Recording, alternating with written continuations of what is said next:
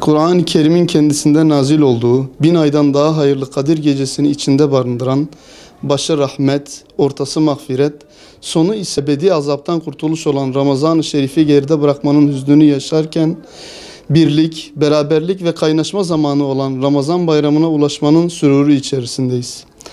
Bayramlar alelade tatil günleri olmaktan öte İslam kardeşliğinin yeniden pekiştiği, kırgınlık ve dargınlıkların geride bırakıldığı ve kalplerin birbirine ısındığı rahmet, bereket ve muhabbet dolu zamanlardır. İslam alemi olarak çok ağır ve zor süreçlerden geçiyor ve hemen her gün derin acılar yaşıyoruz. Emperyalistlerin fitneleri ve işbirlikçilerin ihanetleriyle İslam coğrafyasında savaş ve zulümler yaşanmaktadır. Bu vesile ile önümüzdeki salı günü idrak edeceğimiz mübarek Ramazan bayramınızı en içten dileklerimizle tebrik eder.